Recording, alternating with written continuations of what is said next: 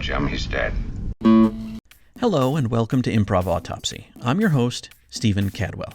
Today is part one of my interview with SAK Comedy Lab ensemble member and OFFSIDES Improv co-founder Jose Rodriguez. Jose has a very unassuming nature on stage. You may think you've sized him up when the cast is introduced, but any assumptions you make will only allow him to surprise you during the show. Jose is one of the co-founders of OFFSIDES Improv with Greg Yates and I've played in many shows with Jose.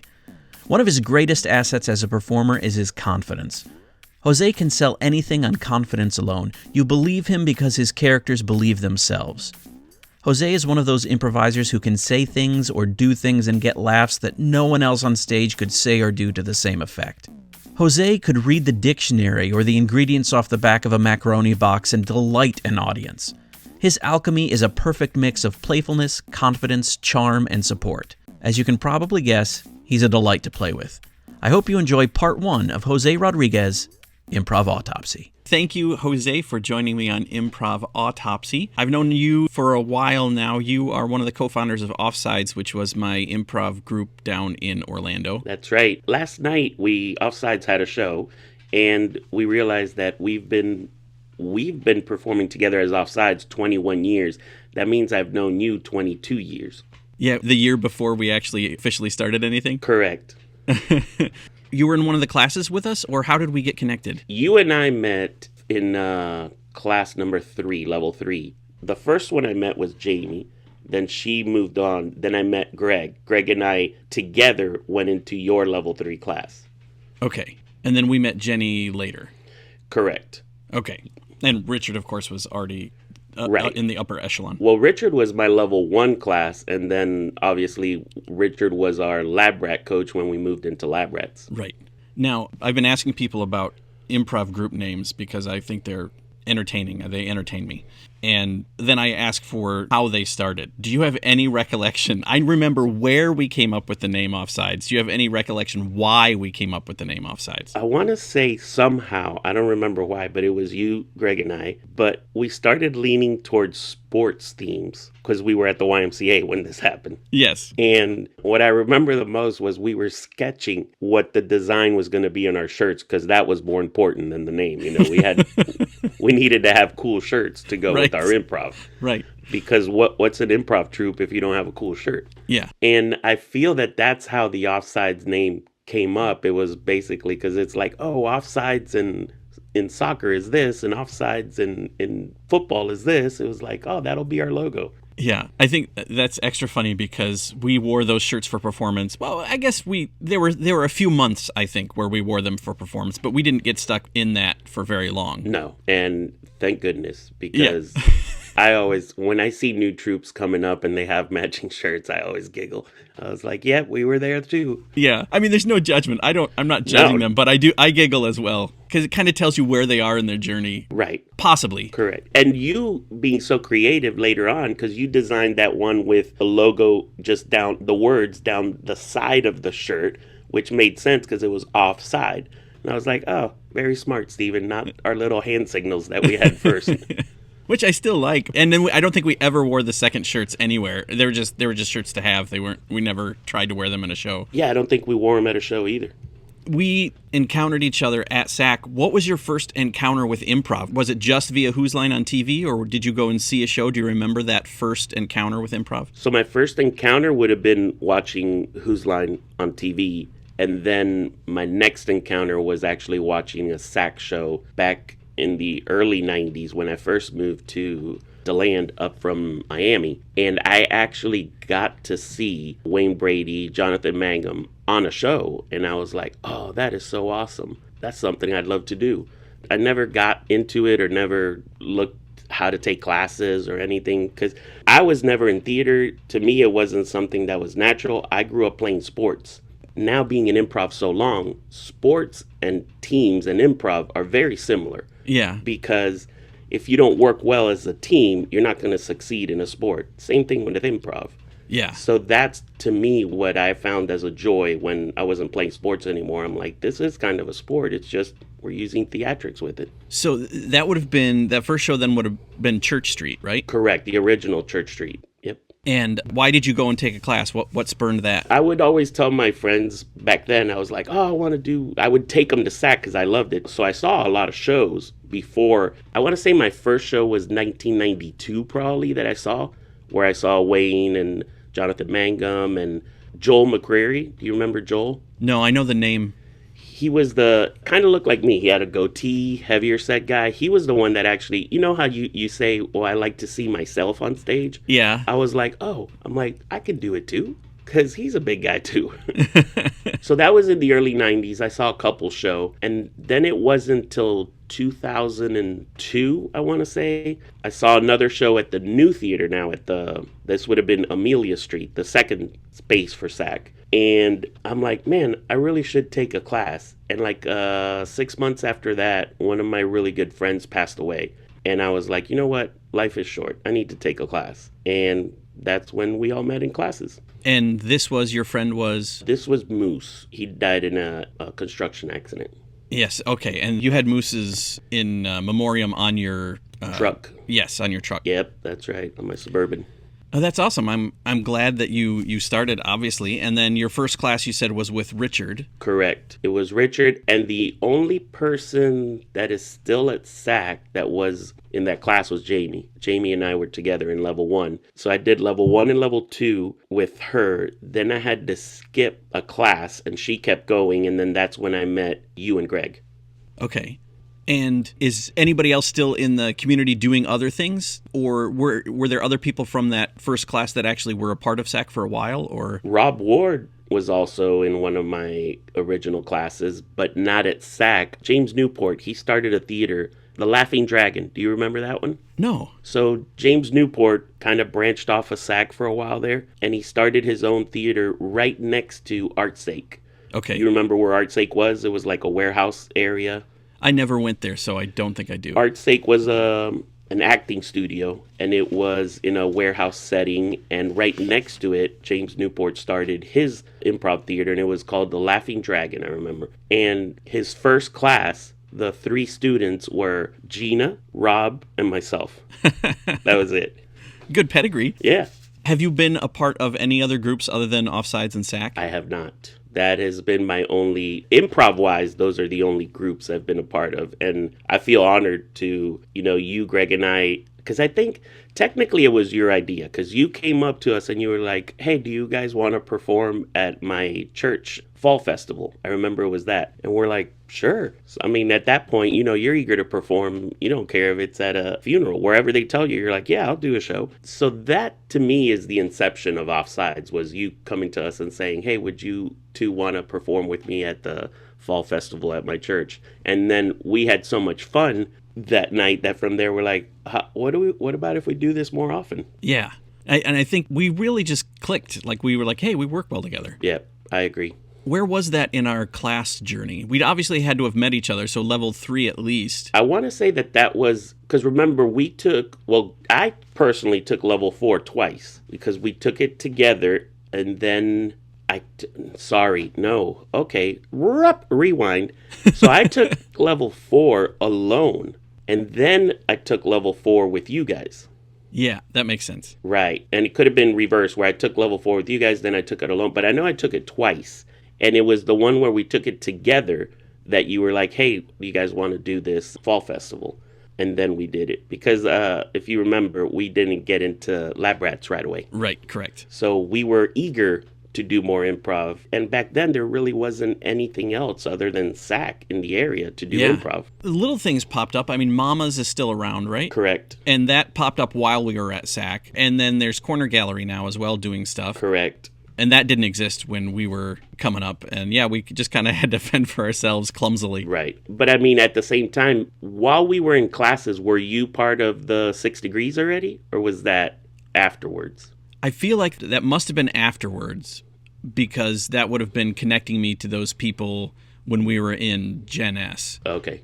But maybe we met in class, I really don't remember. There was another short-lived group that I was in with Chrissy Keel and someone else who I forget, that was a boy and his dog. Great name. Oh, EBHD. nice.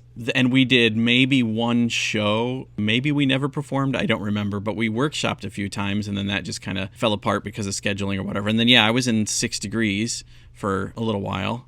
Well, you asked me about any improv troupe names, but what were some of yours? Because I mean, you've done improv since college. So what were some of your improv troupe names? Well, there's only really the college troupe, which was Shallow Insight.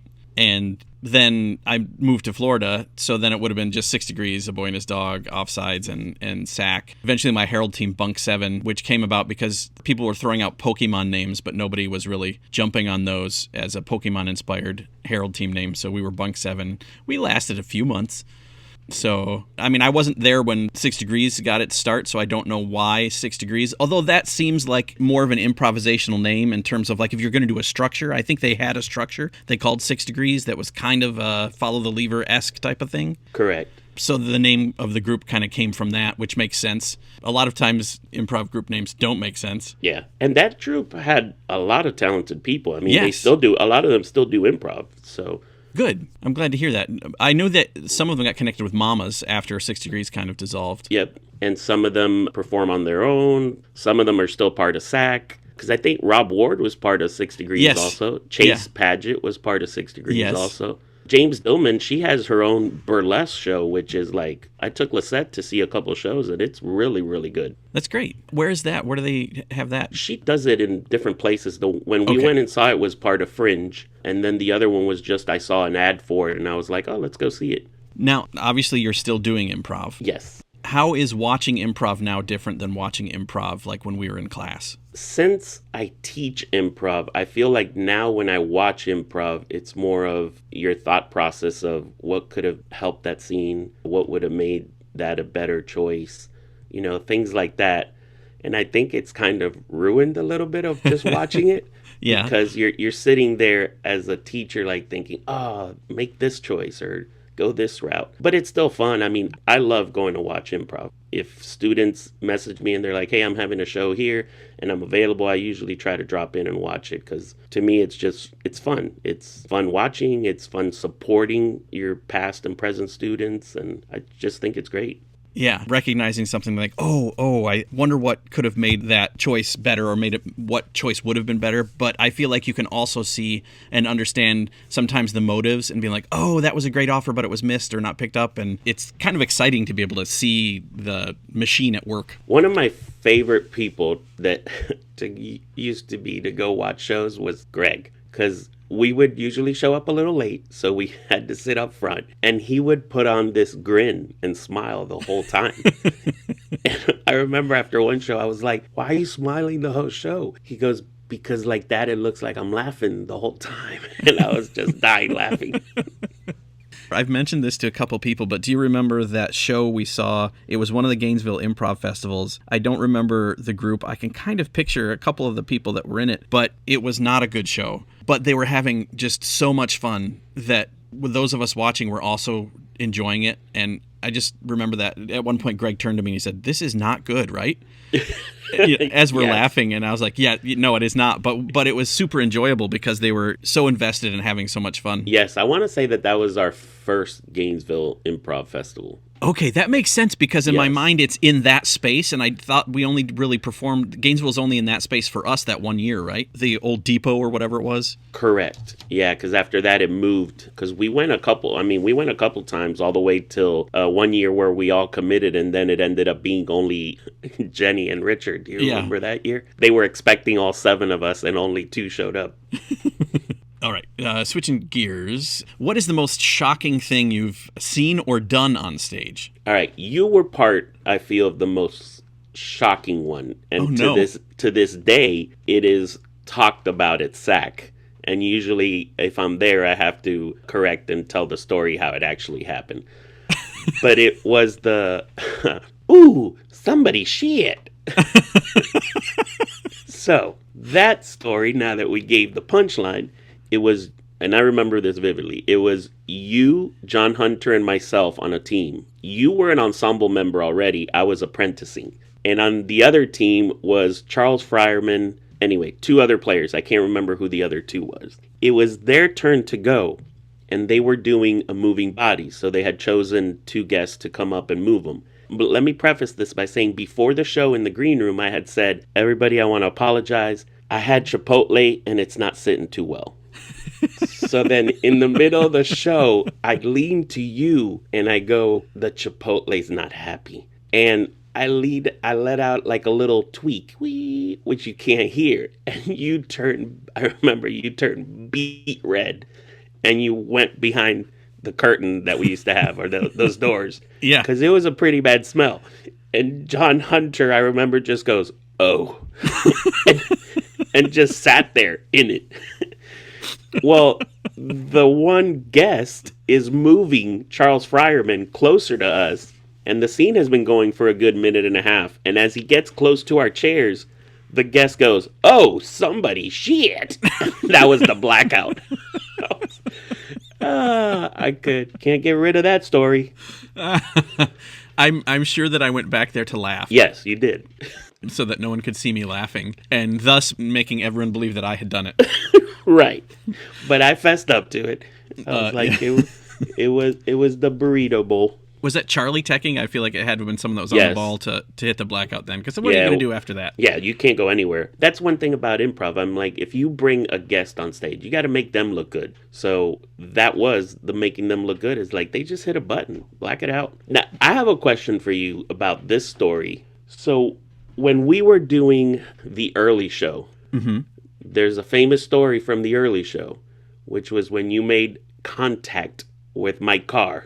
Yes. I've always wanted to ask you this. What went through your head when the contact happened and you realized, oh my goodness, I just punched Mike Carr in the face? I've talked to Mike Carr already, so his episodes will drop before this. Oh, this is awesome. So other people will have heard this already. And when I talked to him, he said that he blames you for that. Because I started singing. Yes, because of the chant, yes. I did start the chant, and I remember it too. It was, kick him, punch him, hit him in the face. Yeah. Kick him, punch him, hit him in the face. To where everybody started chanting. Everybody was chanting. And then I remember, having been in plenty of fights growing up, I remember the sound of the contact. And I'm like, oh my goodness, Steven just punched my car in the face. Well, as I was telling him, so contextually, those that listen to Mike Carr's episode will maybe remember this, but this was a tag-in, so I feel like the chant had happened once, and we'd kind of seen the repercussions of that there was something innocent happening. I don't remember what the scene before actually was, and then the chant happened, and that somehow changed everything so that this innocent thing then became a brawl of some kind. Right. So I tagged in, and my offer was that I was a priest giving communion to Mike. So Mike was kneeling in front of me. So they say don't punch down, but I'd say it's easier to punch down. Yep. And as I was talking to Mike, the funny thing is that, I wasn't pulling the punch at all, because in my mind I was going to be, I had plenty of room. And, I honestly don't remember what initially went through my head. What I remember the sound as well, because not only did that sound, Mike said that was his first sort of indication as well, like, because for him, it was in his head, that sound. Right. And I told him, well, that sound in your head echoed through the theater, and the entire audience went, yeah, at the same time. And for some reason, what I remember, and I don't know how outward this was, but I remember I could not stop laughing. Right. That I just started laughing for some reason, and I was horrified, but for some reason I could not stop giggling and laughing. I mean, I followed him to the bathroom because I think more surprised. It was shock, probably. I was so surprised. I'd never punched anyone in the face before that, and I have not since. Well, I remember, so he ran to the bathroom, which was a far run at SAK back then. Yeah. And then you took off, but we're still in the show. So yes. I remember we all, to make it make sense, we all were like, Mike Carr's character to us had passed away, so we went to the funeral. That was basically the next scene. It was like, do y'all remember when the priest killed whatever Mike's character was? Because we had to make it make sense somehow. How did the audience respond to that? Because Mike and I were in the bathroom, and I wasn't out there for any of that. We tried not to make a big deal out of it, because I knew Mike had been punched. I've been hit in the face, so I knew he had been punched. And I'm like, he's going to be bleeding from the nose probably here in a minute. And so I knew we had to continue so that it was off of the audience's minds. Yeah. So we did. And obviously the show ended, and then you guys were in the green room. But to that too, I remember, and I feel bad about this now. Afterwards, I told Mike, playing around, because I like to just like mess around with people. I was like, "Hey, Mike, I just want you to remember, make sure you don't like go to sleep right away, because if that little bone goes in there, it could like damage you. You could." I was like, "You could die." He took that to heart. Later on, he told me, I was like, "Oh my goodness, I'm so sorry." Yes. He goes, "I didn't sleep that night." Mike is a tiny bit of a hypochondriac, so yes. And I felt so bad from then. I'm like, I apologize. I shouldn't have done that. Hey, it made it a very memorable experience for Mike. It did. Even more so. Were you there for Cheese Maven? Yes. And I don't know if you were there for the one with Chris Dinger. So those to me are the 2 times I have failed my fellow improviser, I feel. The Charles Fryerman one, it was you, Greg, myself. I want to say Mike Carr was in that one too. But he leads to the audience first, was his first lead. And he was singing, and he was like, "Cheese Maven," looking for a reprise from it. Yeah. Nothing. So then he goes to the team stage left, "Cheese Maven," Which nothing. is his team, right? Yes. Yeah. Nothing. So then he's like, "Well, let me look at the other team because maybe they'll help me out." And that was us. He goes, "Cheese Maven," nothing. And I remember in the green room, because bless Charles Fryerman, he would never get upset. He was like, "Y'all did not support me at all." I personally was like, I didn't know what you wanted, but now being, an improviser of so many more years, I'm like, just jump up and do something with him. Yeah. But the Chris one was worse. I don't know if you know this story. So Adam Scharf and myself are on a team, and Chris is floating. So Chris is on the other team right now doing a scene, and the scene is tanking. It's like really bad. And he calls for a bear. He's like, "There's this bear." And Adam and I are just laughing at how bad the scene is. That's what we're doing. We're talking to each other, laughing at this train wreck that we're watching. Chris calls for the bear again, and we are just dying laughing. Like, oh my goodness, he's calling for a bear. And we're just like doing this. So he calls for the bear a 3rd time. And by this time, he's literally, Stephen, I want to say a foot to a foot and a half away from Adam and I. And we're on the wings in our chairs. And he goes, "Be a fucking bear, you idiots." And we lost it. And that was the blackout. Did the audience respond at all? The front row heard it, and they were dying laughing. And luckily it was a 9 p.m. show, but it was like another instance where I completely failed my fellow improviser that was on stage asking for help. And instead, Adam and I were just laughing. I feel like it's not all on you two for that. Because No. I felt like Cheese Maven, like maybe we were talking, like we weren't paying attention initially, and then when the Cheese Maven thing started happening, we were watching, but we couldn't, or at least for me, I was like, okay, I wasn't paying attention to the beginning of this, and now I see like him throw it to the audience and throw it to the other group, and then throw it to us as I'm panicking because I have no idea what should be done. So there's, I guess, a lesson in just pay attention even when you're not in the scene. But I feel like as that hoping for salvation from outside the scene very rarely ever is successful. Correct. But with that in mind, as a fellow improviser, you still got to be there to, like I make the analogy to my students, if the plane is going down in flames, jump in it and help out. Yeah. Make it go into bigger flames, whatever. Yeah. But jump in there. Don't let him crash and burn alone. And Adam and I were letting him crash and burn alone. We were just like laughing. It's like, this is so horrible. Yeah. That was the purpose of the pink shoe, right? Is to save both actors and audience from moments like that. Correct. But by this time, I don't know if you had realized that SAK had gotten rid of the pink shoe. Right. Yeah, I knew that. So we didn't have that. So it was like, you have to finish the scene or figure it out. And the rationale for getting rid of the pink shoe is we're good enough improvisers that we don't need the pink shoe. What was said, if anything, in the green room afterward? Chris was upset, like, at the moment. But then remember, he's floating for both teams. Yeah. And he's very playful. I mean, Chris is one that, if he's crashing and burning, he's fine with that. He's going to enjoy it. once he came back to our team, he's like, seriously, you let me out there to hang and dry. I asked for you guys 3 times to be a bear. And like, the more he said it, the more we were laughing because we couldn't stop laughing. And we were like, we didn't know what to do. We were just laughing. Yeah. You know, that kind of thing, like when somebody is telling you you're doing something wrong, but you're already laughing and you're not getting out of the laugh track. You're just stuck in it. Yes. Yeah, it was that.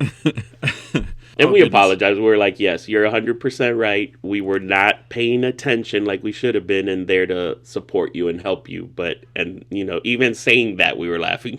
Yeah. But there's been so many failures. I mean, like I tell students in classes, failures are the fun part of improv. It's like if you can jump into that and really push through it and play through it, that's going to be the fun part of the scene a lot of times, is your failure and your mistakes. Oh yeah, the little mistakes when you jump on those, you know, those can really give the scene propel it into its next moments, because that was the unexpected thing, and you kind of breathe a sigh of relief. Oh, thank goodness you mispronounced that word or said the wrong name or whatever it is, because now we've got something to sink our teeth into. Well, and I have plenty of those mispronounced words because, as you know, I mean, I speak fluently Spanish and English, but also French, and a lot of times I'll go to say a word and it comes out mumbled or something.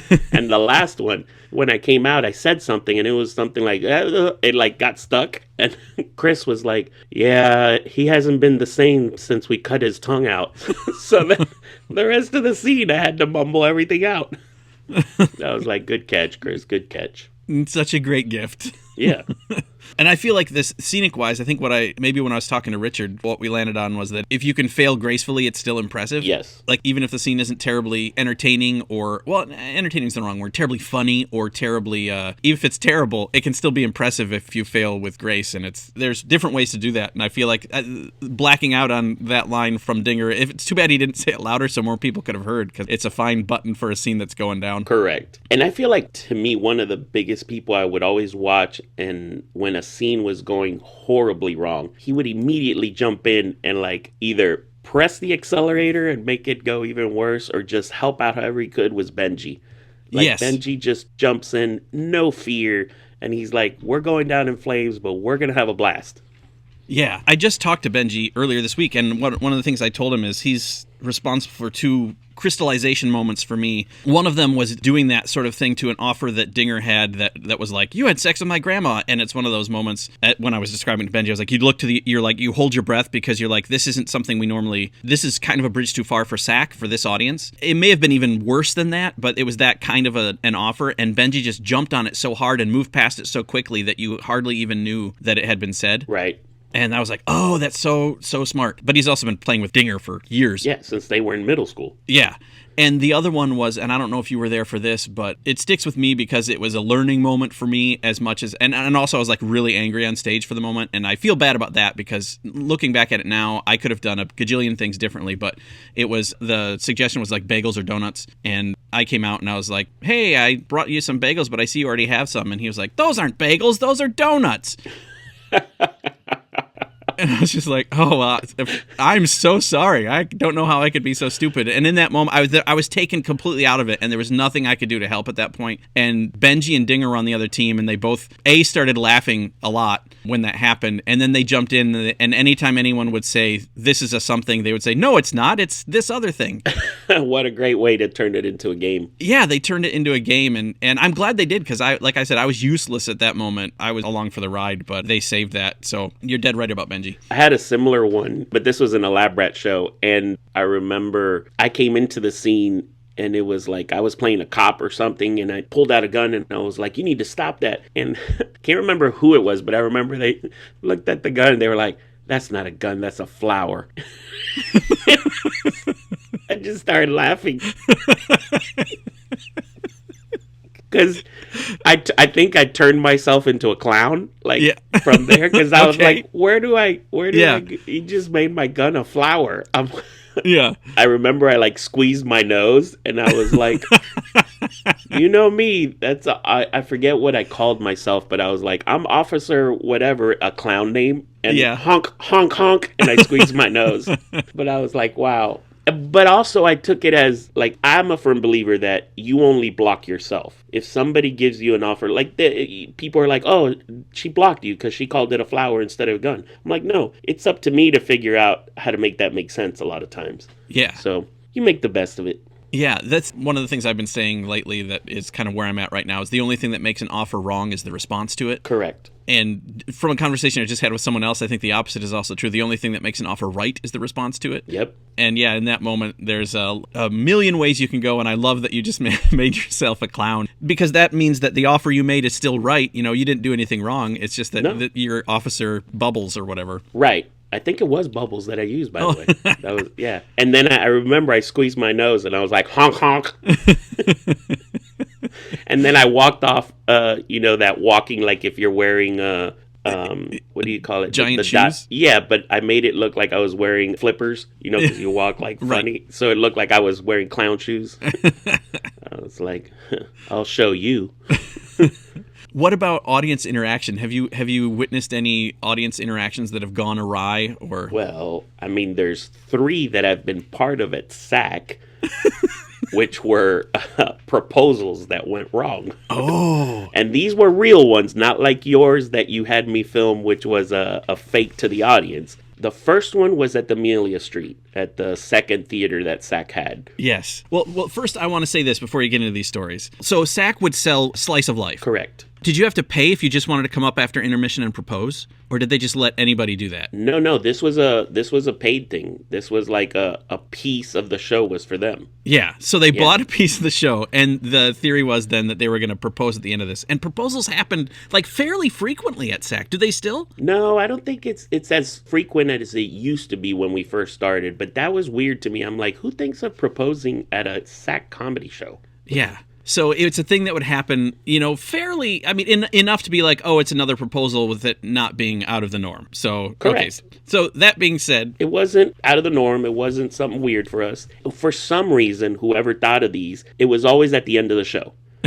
So here we are at the end of the show, and we always do like a little scene. We call up the guy, and he gets on one knee, and he proposes to her. And the one at Amelia Street, the first one I was a part of, she whispers to him. So at first, only the cast hears it.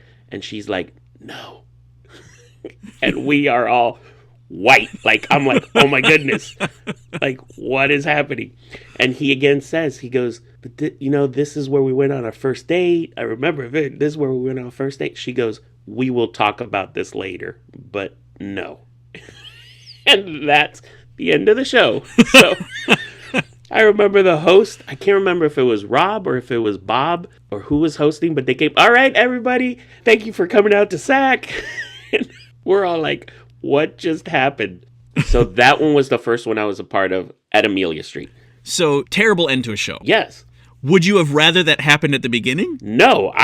You imagine if that happens in intermission? Yeah, I know. And then you've got to do a second half after that? I mean, now thinking about it, I mean, I'm sure we would have made it part of the scene at some point and tried to get a laugh or something out of it to, I would have at least. I know some people wouldn't want to mention it at all because they don't want to bring any memories back. Right. But to me, it's more like everybody saw it. We have to acknowledge this. It's like when something happens in a scene and nobody wants to acknowledge it. It's like, no, it happened. The audience saw it. We have to acknowledge it. Yeah. I mean, you're just adding another year of therapy for that guy. Exactly. When you mention it. Like, hopefully they leave and then you can mention it all you want. But the first one that happened at the Pine Street SAK Theater was when we still had the mesh backdrop. You remember when we first moved there? It was just mesh backdrop. We didn't have any walls. We didn't have anything. And I remember it was another proposal. And as soon as the lady got on stage, she goes, no. Like nothing has been said. And she goes, no. And he gets down on one knee. And she goes, I said no. And walks off. And again, end of the show. So it was like, all right, ladies and gentlemen, we have been SAK Comedy Lab. It's like, wow. We should also say, did the typical thing happen? Like when he got on one knee, did the audience respond like they usually do? Yeah. Oh, yeah. The typical. But she was like, I said no. And walked down the stairs. And then the third one, I guess was a little nicer, because when the gentleman got down on the knee and proposed, she just said, "We'll have to talk about it later." That was her response. So it was like, but I mean, to be part of 3 of them like that, it's just been, it was like, oh my goodness, that's such a stab to the heart. Because usually when you go to propose, having myself propose to my wife, you know what the answer is going to be. Like, this is something, this isn't a surprise. To me, those were all 3 surprises. Like, you could tell from the woman's perspective that she was not expecting this. This had never been talked about. This was just his idea of like, oh, I'm going to propose here. And then again, we don't know if the no is because, how dare you propose to me at a comedy theater? Right. Or if it's, no, I don't want to marry you. Right. So we really don't know what the no is about. Yeah. The percentage of those that went on to be happy marriages, we don't know. Correct. Were you there? I think this was also Amelia Street. I don't remember if I was there, if I just remember Greg talking about it. But it was one where the guy had this huge preamble, this monologue that he gave before the actual proposal that started with, when your husband first got sick and we reconnected and I was a friend to you before he died. No, I was not there for that. But And it was like this whole thing. And then, he got down on his knee and proposed it. And I think, it went from awe to everyone being like, well, that was the most awkward proposal we've ever heard. That was very creepy. Yeah. And then she was there. And then there was just the silence. And then he goes, please? Oh, wow. And that was one, I think, that ended in a yes. But it was a yes that you knew wasn't a real yes. That was a yes because I'm in front of this group of people and we'll talk about this later. Oh, wow. Yeah. There are some that I remember that went fine, but you don't remember those. I remember they happened, but you don't remember what happened or how they happened. So I have no idea what the number of those that happened that went fine. But yeah, all of those fails. That was the reason why I wanted to do that with Kayla for the Gorilla Show. Yeah, that one was priceless. I love that because in my mind, when it happened, so I proposed to Kayla at the beginning of a show that I was performing in and told her, I mean, we'd planned it, so she was going to say no. So she said no and left. And the audience is like real quiet because they'd been like, woo, before that. And they were dead quiet, except for one person in the house going, ha, ha, ha, ha. Yeah, Jose. Yes, because I had told you ahead of time what was going on. Oh, that was priceless. Yeah, that was a fun moment. So that was audience interacting with audience. What about a player interacting with the audience? Any memories of that going awry that you recall? Well, I have one.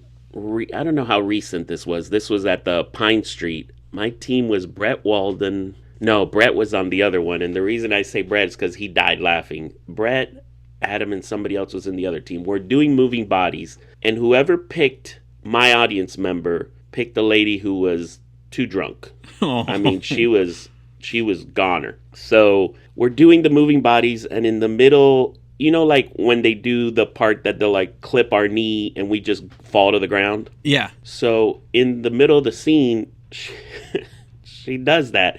I fall to the ground and I'm facing up. So I'm facing the ceiling of the theater. Yes. She straddles me and starts kissing me. What? Brett Walden just dies laughing. I got the corner of my eye, I can see it. And that was the blackout. And then she's like, oh, I'm like really inebriated. She's like, I'm so sorry. I'm so sorry. So they walk her downstairs then. And I was like, I'd walk downstage to the audience. And I was like, I don't think I consented to that. And the place like erupted in laughter. But yeah. I was dropped to the ground, straddled, and kissed by an audience member without asking for it. Yeah, and it's a good thing there was a blackout because really, if you're following the rules of moving bodies, there's nothing you can do. No, and Ellie. I remember Ellie was at the show watching it. My friend Ellie, that I do for those listeners that I do comedy shows with in Spanglish. After he sent me a text because he left, he usually would leave after he wouldn't do the walkthrough of saying hi to the performers and all that. He sent me a text and he was like, that was a very textbook stay in character. Great job. He goes, you never broke character. And I was like, well, what am I supposed to do at that point? And also like late, because we talked about it in the green room a lot. And it was like, the crazy part is if you reverse that, right, and the performer is a female performer and a male, first of all, as a fellow performer, I would have never let it get to that. I think as soon as I see the guy go down I'm going to grab the guy. Yeah. Be like, you need to get off the stage. But it was like that was a weird thing that just happened on stage, and we kind of just let it go. But it's like, what do you do with it?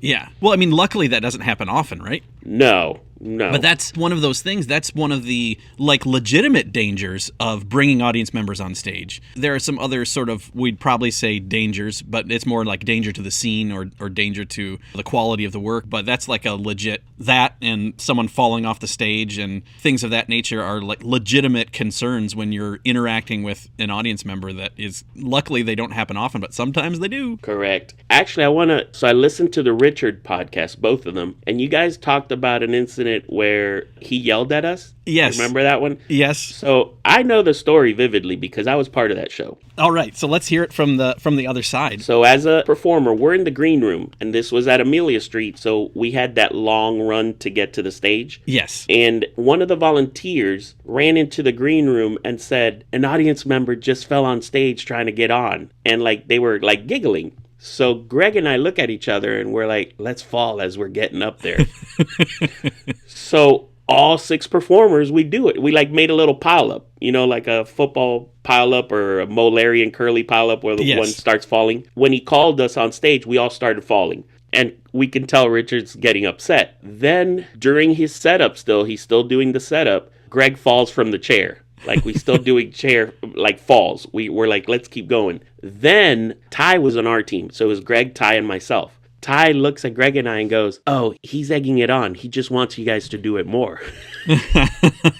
In hindsight, I should have thought better. But we keep falling. So Richard on stage, you can tell he's lit. He goes, if one of you falls one more time, I'm going to end this show. Like, he was serious. So the tech, he falls in the tech booth. Yeah. And that was the last straw. So Richard was like, rah! So we do the first half. We go into the green room. Greg and I are sitting next to each other. We're cracking up. And Richard walks in after all of us. And he was like, I cannot believe you all were falling. Do you know that a lady fell and hurt herself? We did not know that part. We didn't know she had hurt herself, and Richard was like trying to get the front desk to get her bandages and all that. Like, she had cut herself because she had flip-flops, and when she fell, she tripped, she got hurt. We didn't know that part. So Greg goes, sorry, Richard, we didn't know that. And Richard points right at Greg and goes, you knew! You knew! To this day, I bring it up. Richard's like, sorry, guys. Sorry. But I imagine, like, from his side of things, like, how could you not have known if you were doing someone must have said something, right? If he wasn't the one that came back and said, don't do Correct. this.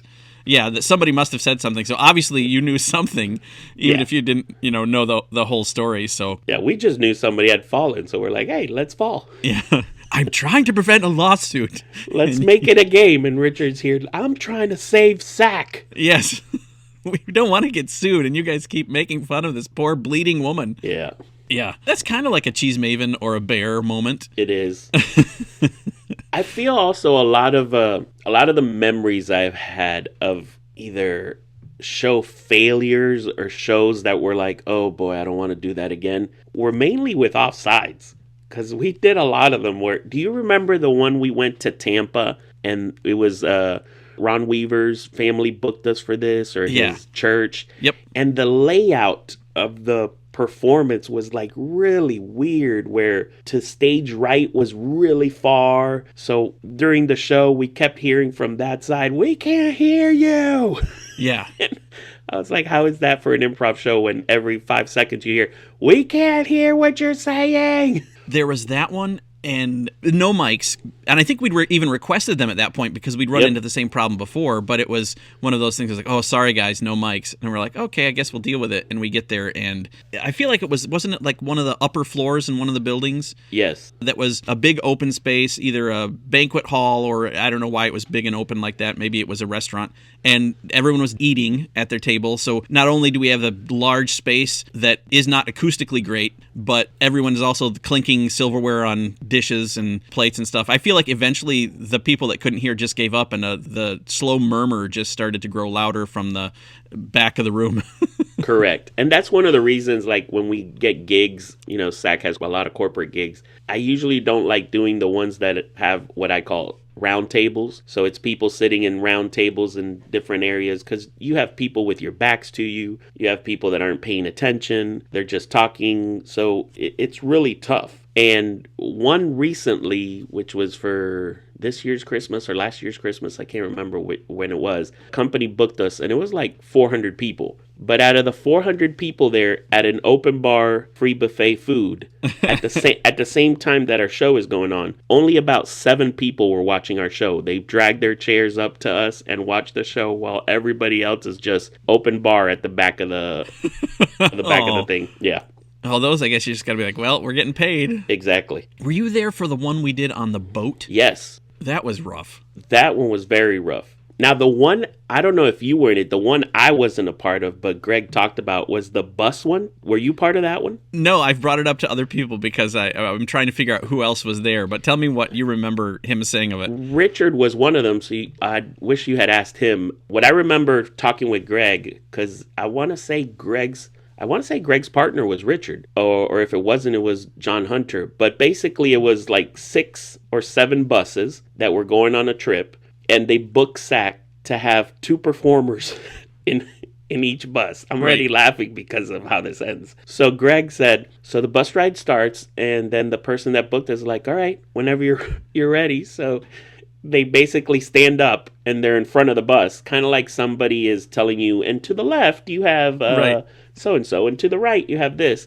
And they do a 2-man show, 30 minutes.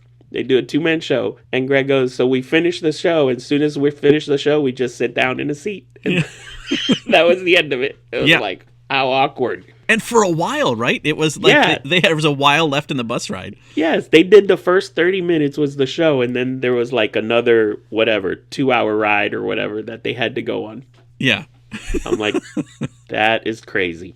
I won't ask this question later because we're kind of taking care of it now, but what would you say the worst venue you've performed in was? Is it one of those, or is there another one? I have another one in my mind that Offsides did. I don't know if you remember. I don't know venue-wise, but story-wise, do you remember when we did the one at the orphanage? Yes. So we do the one at the orphanage, and the first thing the guy that books us says is, I know you guys keep it PG, so that's great, but if you could not talk about parents, because none of these kids have parents. And we're like, all right. And the first scene out of the gate, Jenny and I are in a scene, and Jenny goes, Mom moved out.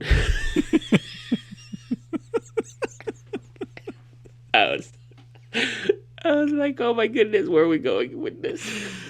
Yeah. I remember we fixed it. One of you came in and like made it maneuverable enough to where it wasn't that Mom had left. Yeah. But just that whole thing that you put it in our heads, so now it's in our heads, and involuntarily it's going to come out. I remember that. I also remember when we would do shows for... Oh, Nate. Nate, yeah, for Nate. And I don't think it was Nate, but maybe it was. We'd done it a few times. We'd done this a couple times. It was one of the places we got... The X-Spot is what they were called, yeah. We got semi-regular gigs there. He'd bring us in every once in a while, and we'd do shows. And they were a lot of fun. But so it was the second or third show, I don't know, maybe fourth show. But we'd been doing it for a little while. And someone before the show was like, hey, guys, if you could just not do anything gay today... I remember that one. And we were like, what? What? Because, I mean, we were racking our brains trying to think of if we'd done anything the last time.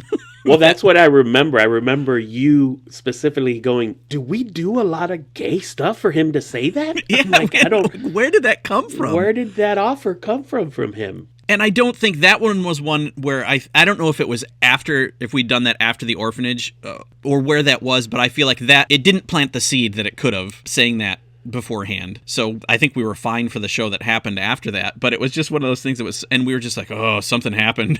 Something happened around here. Yeah. It was just, sometimes well-intended for whatever reason on their end. They feel like they're well-intended to say, hey, could you avoid this topic? But you're just then putting the idea in your head. And when you're out there doing it, sometimes your brain just goes where it goes. And if you've just planted that seed.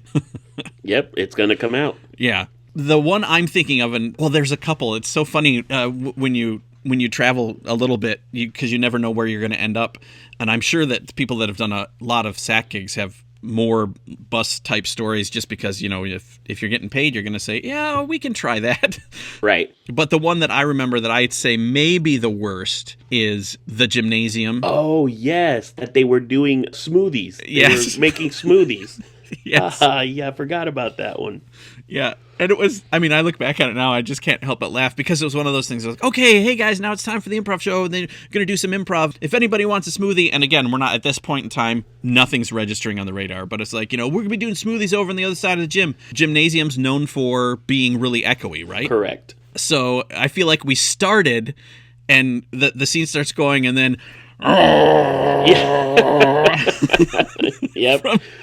From the other side of they moved it as far away from us as they could, I think, and maybe they even drew a curtain or something. Yeah, there was a sports curtain like that's supposed to stop balls, but that's not going to stop sound. Not in the least. And so we were competing with a blender that was making crushed ice for the majority of that show. I remember that one. I remember. Do you remember the one that we got lost and arrived late? It was somewhere in Ocala. It was for a special needs high school or special needs college that we went to, and we drove forever.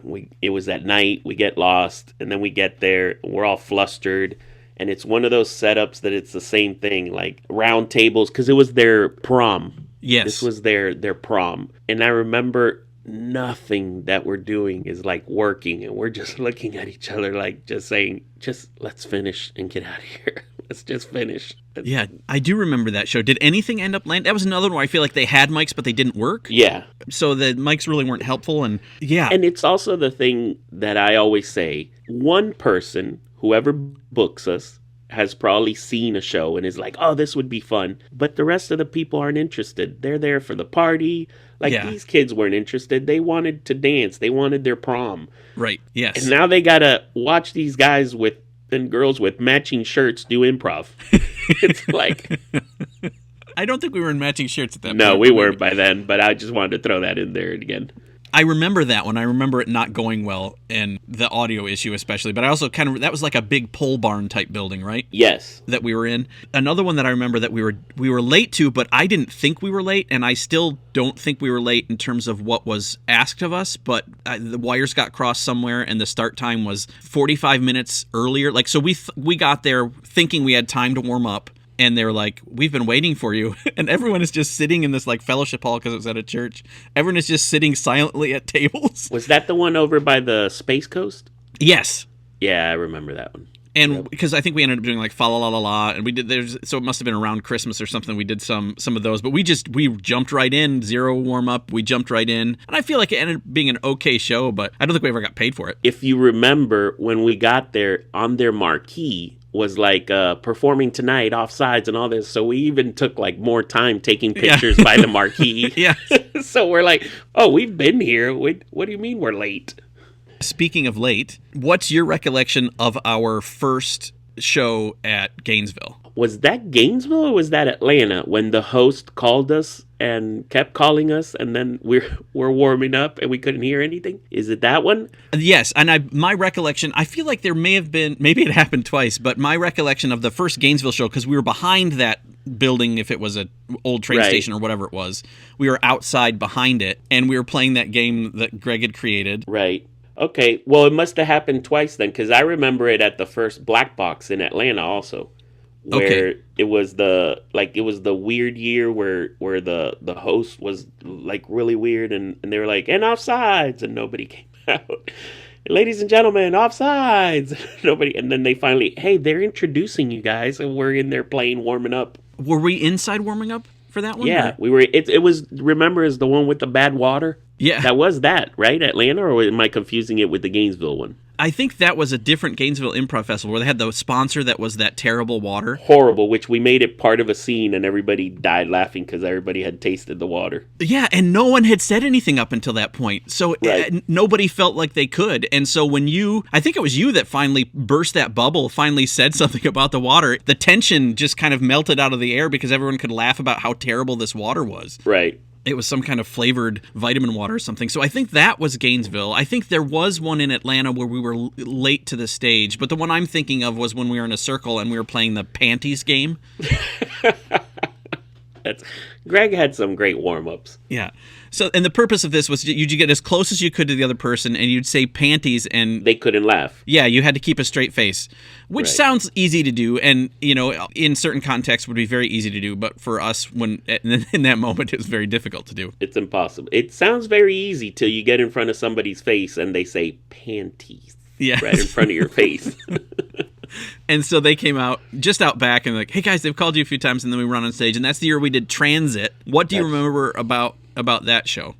Because I would chalk this up into a potential failure. It wasn't so hard that we weren't welcome back to Gainesville, and it's not like we never redeemed ourselves, but not a great show, right? No, definitely wasn't. Because to preface it, I want to say we wanted to create our own signature form. Yes. So we always were working when we workshopped, which when teams ask me now, what do you recommend about workshops and doing this? I'm like, look, what worked for Offsides is we used to meet every Monday. I'm like, that created our camaraderie, that brought us closer together, our chemistry. And we used to meet for about 3 hours, and about an hour and a half to 2 hours was just talking and hanging out. And then we would do, somebody at some point would be like, are we going to do any improv tonight? It was usually Jamie. It's like, are we going to do any improv tonight? But Transit was created, which was what we thought was going to work. It was like we're in a mode of transportation and we always come back to it, and then we break off into scenes. And then when we put it on stage, it didn't work out. Yeah. Well, and this is what I think happened, is first, I think the premise, there aren't as many options out there as I would have thought initially, because plane, train, bus, Balloon. boat. You could, boat. any mode of transportation, I guess. Like you're saying, there's not that many. We're going to hear the same suggestion over and over and over. And if the idea is that we want to introduce characters, because I think that was part of it, right? Is like we see the characters on this mode of transportation, and then we see bits of their lives later, kind of hanging a little bit on a herald structure, where it's just the alpha scene is always this mode of transportation where we can either see new characters or we see the same characters, how they are in this public space, and then we can see how they are in other places, which I still think sounds okay, but you don't have people entering and exiting a balloon. No. Or an airplane. Correct. So that's limiting. And the other thing I think that set us up a little bit for failure at the festival was we probably did the best version of Transit that could happen in a workshop. Right. And we kept trying to be like, well, it worked so well at one time. Right. Because it legitimately did. But that was like the one time it was going to work, and it was never going to work again. No. But that did lead us to later on having Fast Fact, and then after that having All of Us, which were two very successful long-form forms that we created and worked really well. Yes, and I feel like the last time I was there for All of Us was I think it was Gainesville's not back yet, right? They're still... Yeah, I don't think so. The last Gainesville, I think, that happened, speaking of failures and failing gracefully, the premise for All of Us is that all of the cast is going to be in every scene in one way, shape, or form. And we immediately did a scene with not everybody in it. Correct. But we mentioned it at the end, and the audience loved it and loved the show. So even though we immediately failed at what we set out to do, it was still a great show, and the audience loved us. So nothing wrong with it. Yes. And now we've been doing one called The Club, and it's very similar to The Living Room, if you've ever seen that. Yeah. So our premise is basically we take on a club that doesn't exist. I'm usually the one that sets it up. Everybody's like, Jose, you set it up. So it's like in high school, you have, Glee Club, Chess Club, French Club, all those sorts of clubs. Then you get out of high school and you have college clubs. It might be a fraternity, a sorority. It might be an improv club, anything. Then you leave college and you have AA, might be a club. So what's a club you wish existed? And one of the first ones we did, they gave us people who were part of a cult. Yeah. So that was our first club meeting, was people who were a part of a cult. And basically the premise is you start off by seeing the club meeting. So you get to meet all these characters. And then we see those characters in their world later. And then they come back to the club. And then you go back to their world. And then you come back to the club. So it's really fun. And that's actually the show we did last night. And I believe it was the Planet Club they gave us last night. The Planet Club? How did you interpret that? Planet. So Jenny interpreted it as we're going to come to a club to talk about planets. So she just wanted to learn. She was very eager. And that was her character, was just wants to learn about all types of planets.